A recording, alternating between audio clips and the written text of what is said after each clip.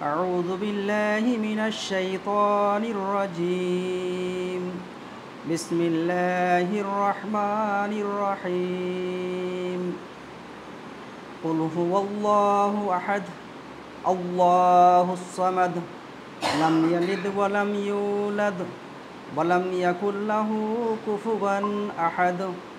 তো আজকে আমরা ইনশাআল্লাহ সূরা ইখলাস, এই সূরা ইখলাসের তাফসির বা তার দার্স শুনবো ইনশাআল্লাহ। সূরা ইখলাসকে যদি আমরা বুঝতে চাই তাহলে সূরা ইখলাসের যে অবতীর্ণ হওয়ার যে প্রেক্ষাপট, সেই প্রেক্ষাপটটাকে আমাদের সামনে রাখতে হবে। সূরা ইখলাসের মূল যে কথাগুলো, সেই কথাটা আমি একবার তর্জমাটা পড়ে দিচ্ছি, তারপরে ব্যাখ্যায় ঢুকবো ইনশাআল্লাহ। পরম দয়াবান মেহেরবান আল্লাহর নামে, হে নবী আপনি বলে দিন আল্লাহ রব্বুল আলামিন একক, আল্লাহুস সামাদ, আল্লাহ মুখাপেক্ষীহীন, লাম ইয়ালিদ তিনি কারো পিতা নন, ওয়ালাম ইউলাদ এবং তিনি কারো সন্তান নন, ওয়ালাম ইয়াকুল্লাহু কুফুয়ান আহাদ এবং তার সমতুল্য কেউ নেই। সূরা ইখলাস মানে একটা নির্ভেজাল যে তাওহীদ বা একত্ববাদ, এই একত্ববাদের এখানে একটা আলোচনা হয়েছে। তো এই একত্ববাদকে যদি আমরা বিশ্লেষণ করি তাহলে আমরা প্রথমেই এর প্রেক্ষাপটটা সামনে নিয়ে আসবো ইনশাআল্লাহ। যখন এই সূরাটা অবতীর্ণ হচ্ছে মক্কার সেই প্রেক্ষাপটে, তখন আমরা দেখছি যে মক্কায় যারা নিজেকে মুশরিক বলতো, বহুত্ববাদীতে বিশ্বাসী ছিল, তারা যে ইব্রাহিম আলাইহিস সালাম কাবা বাইতুল্লাহকে আল্লাহর জন্য খাস মানে নির্দিষ্ট করে যে আল্লাহ রব্বুল আলামিনেরই এককভাবে তারই আনুগত্য হবে, তারই সেখানে পূজা অর্চনা হবে, অথচ সেখানে আমরা দেখেছি বিভিন্ন দেবদেবী দিয়ে ভরে দেওয়া হয়েছিল। দেবতা এবং দেবী, তাদের মধ্যে একটা কালচার এরকম হয়েছিল যে প্রত্যেক দেবতার যেন স্ত্রী হবে বা প্রত্যেক দেবীর যেন স্বামী হবে। আর এইটা তারা কল্পনা করেছিল যে এই যে ফেরেশতাগণ, এরা হচ্ছে আল মালাইকাতু বানাতুল্লাহ, যে ফেরেশতারা আল্লাহর কন্যা সন্ততি। তো এই কন্যা সন্ততিদেরকে সামনে রেখে তারা এই দেবদেবীর একটা যেন বড় তৈরি করেছিল দেবী এবং দেবতা। এইটা মক্কার সমস্ত মুশরিকেরা এই দেবতা এবং দেবীদেরকে মানত, তাদের পূজা অর্চনা করত। এইভাবে যদি আমরা দেখি যে তাহলে তারা ফেরেশতাদের ব্যাপারে যেমন বলেছিলেন, সেই মতোভাবে তারা কখনো সূর্যকে পূজা করত, কখনো কেউ চন্দ্রকে পূজা করত, কেউ আগুনকে পূজা করত, এরকম কেউ গাছকে, কেউ পাথরকে, বিভিন্ন ধরনের পূজা চলছিল। তো এরকম একটা বহুত্ববাদীর একটা তো মূর্তি আকারে, দেবী বা দেবতা আকারে সেখানে তার পূজা করা হতো, আর অন্যদিকে আরও যে সৃষ্টিকুল বা জড় পদার্থ, সেগুলোরও ক্ষেত্রে আমরা দেখেছি যে তাকেও তারা পূজা করত। তো আমরা আরবের মুশরিকদের অবস্থান এরকম দেখব। অন্যদিকে ইহুদি, এই ইহুদিরাও তারা কিন্তু আল্লাহর ছেলে আছে এটাতে তারা বিশ্বাসী ছিল, এই বলে তারা ওজাইর ইবনুল্লাহ, ওজাইরকে তারা আল্লাহর ছেলে বলতো। তাহলে এখানেও একটা সন্তানের ধারণা যে স্রষ্টা হবে কেউ, তার একটা সন্তান থাকবে ইহুদি ধর্মেও। আবার আমরা খ্রিস্টান ধর্মে দেখেছি যে খ্রিস্টান ধর্মে একটা ট্রিনিটি বা ত্রিতত্ত্ববাদ, আল্লাহ, রুহুল আমিন বা রুহুল কুদুস এবং ঈসা, আবার কেউ মারিয়ামকেও জুড়ে নিয়েছেন। তো আল্লাহর স্ত্রী হবে নাউজুবিল্লাহ, আল্লাহর ছেলে হবে বা আল্লাহ কারো বাবা হবেন, এরকম একটা মানে বহুত্ববাদীর একটা ধারণা ছিল। আমরা দেখতে পাচ্ছি মুশরিকদের মধ্যে, ওইদিকে খ্রিস্টানদের মধ্যে, আবার ইহুদিদের মধ্যে একটা শিরক বা বহুত্ববাদীর একটা ধারণা আমরা দেখতে পাচ্ছি ইবাদতের ক্ষেত্রে বা পূজার ক্ষেত্রে। এই যে একটা ছিল পুরো ফেজা বা এরকম একটা দৃশ্য, এই সময়ে এই প্রেক্ষাপটে আল্লাহ তাআলা যেন সবাইকে, নবী মুহাম্মদ সাল্লাল্লাহু আলাইহি সাল্লাম যেন একটা উত্তর দিবেন যে তুমি যে একটা স্রষ্টার কথা বলছো বা যে আল্লাহর কথা বলছো, তার গুণাবলীটা কেমন বা তিনি কেমন, আসলে তার কৃতিত্ব কেমন বা তার কর্তৃত্ব কতটা, এরকম একটা প্রশ্ন আসছিল।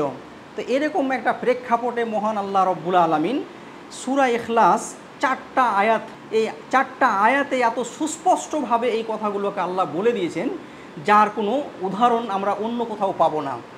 এত দ্ব্যর্থহীন ভাষায় 4টা আয়াতে আল্লাহ তাআলার যে সিফাত এবং আল্লাহর যে মূল নাম এবং যে আল্লাহর সম্পর্কে একটা সম্যক ধারণা আসবে, এটা পরিষ্কার বলা হয়েছে এই সূরাতে। তো মহান আল্লাহ রব্বুল আলামিন আমাদেরকে বলছেন যে দেখো আল্লাহ কেমন। কুল হু আল্লাহু আহাদ, মহান আল্লাহ আল্লাহর নবীকে অ্যাড্রেস করে কুল বলছেন যে হে নবী বলে দিন।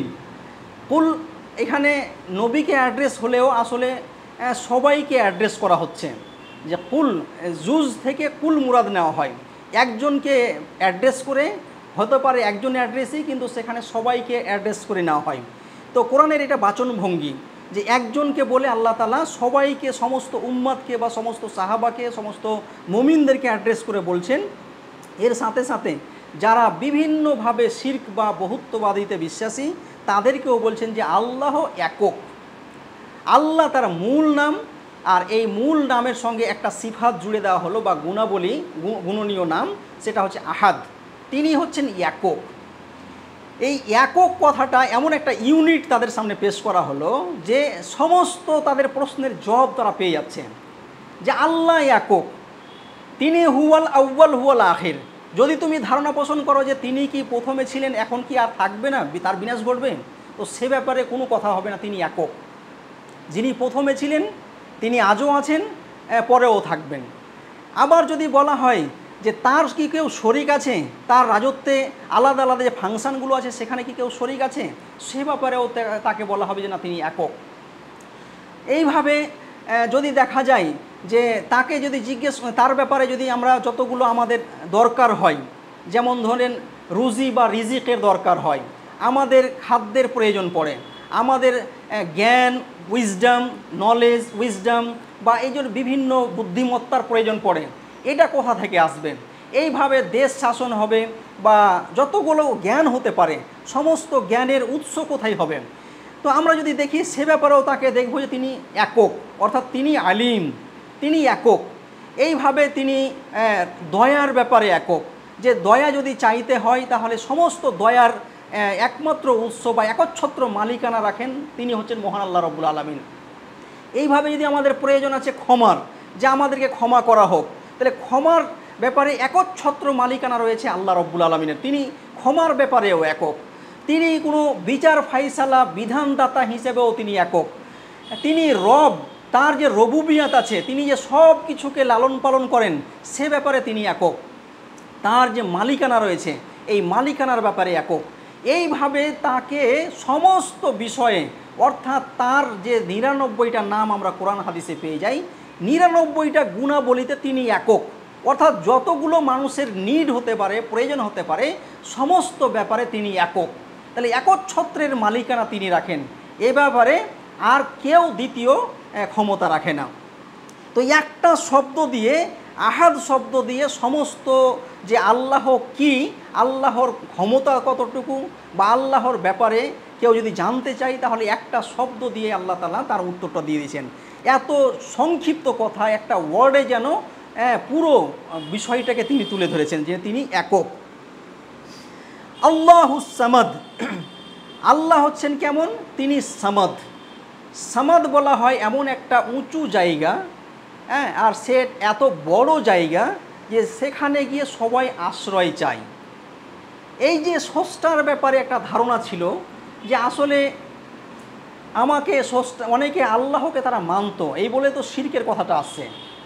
কিন্তু স্রষ্টার কাছে যেতে তো আমরা সবাই পারবো না, এই জন্য একটা শিরকের, বিভিন্ন ধর্মে আমরা শিরক দেখতে পাচ্ছি। এবং মুসলিম যে ধর্ম, এখানেও আমরা দেখব ইসলাম ধর্মেও যেন একটা পীর বাবার বা কাউকে ধরে আল্লাহর কাছে যাওয়ার একটা যেন সূত্র খোঁজা হয়।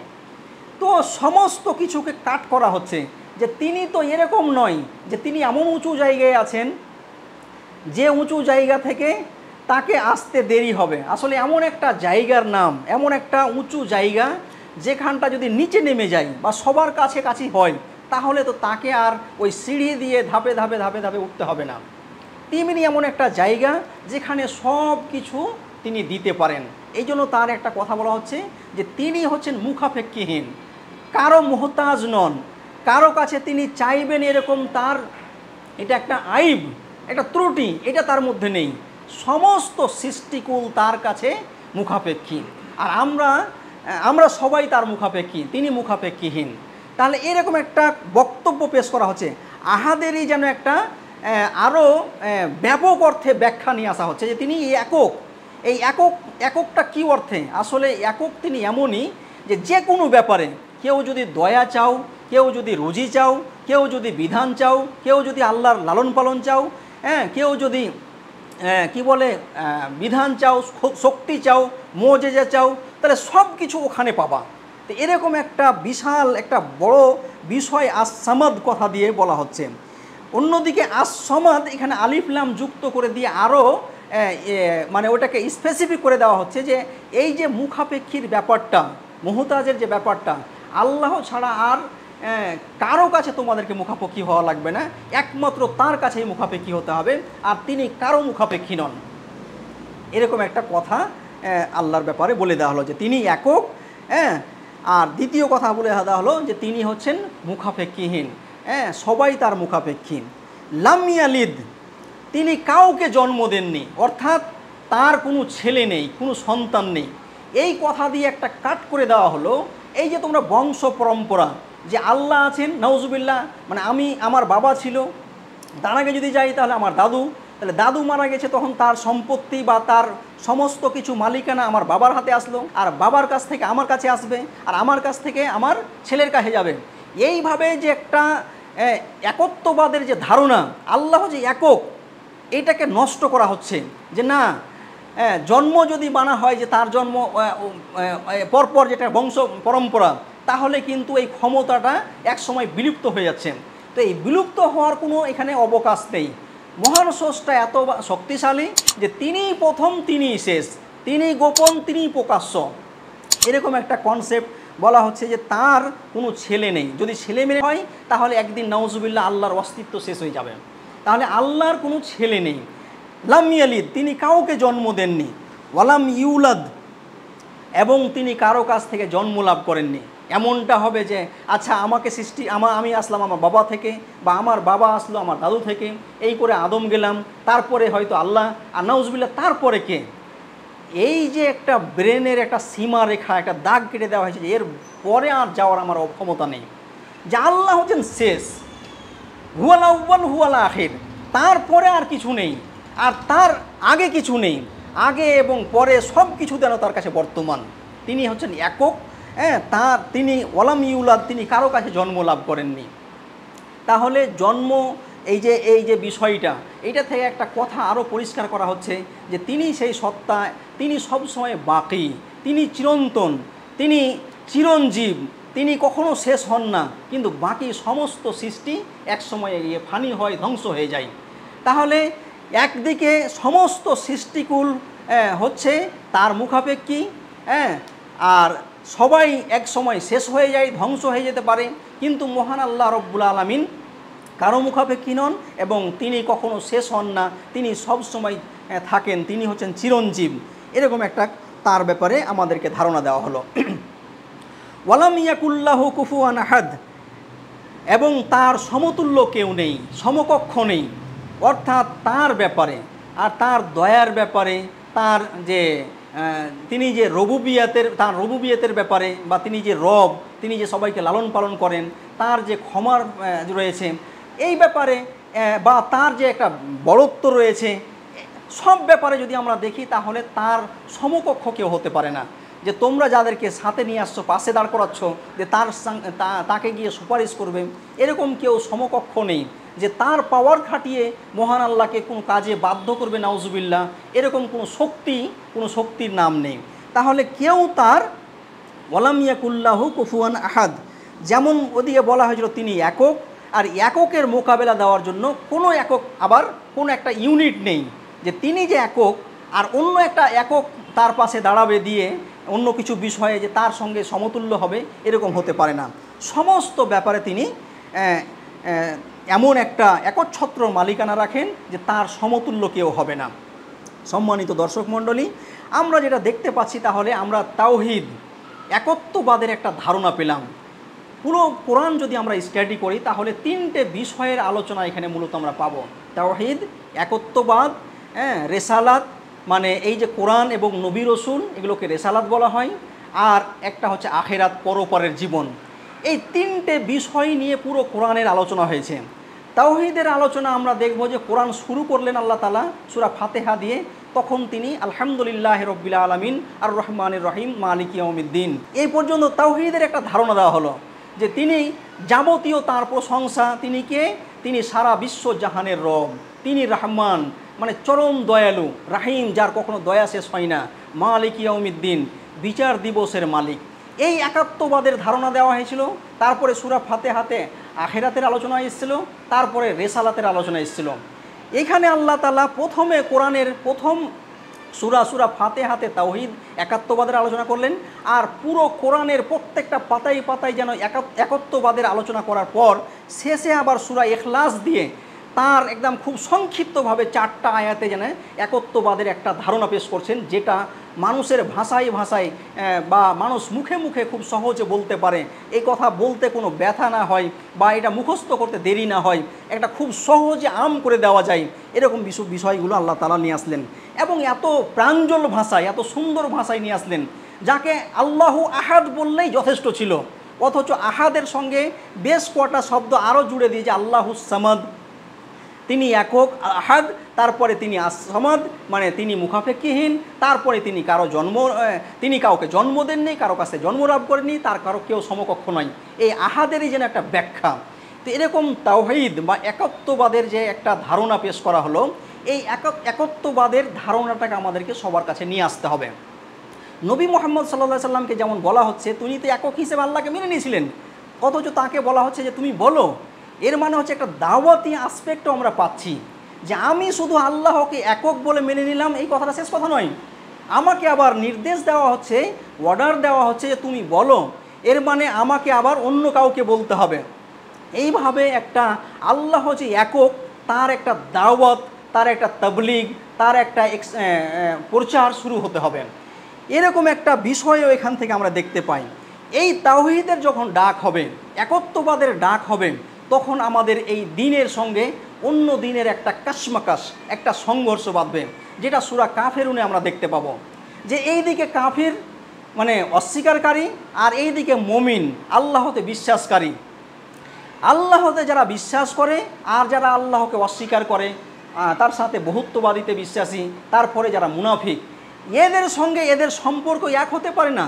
দ্বীন কি, যে না, দ্বীন এমন একটা বিষয়ের নাম যে তাদের দিন তাদের কাছে থাকবে, আমাদের দিন আমাদের কাছে থাকবে।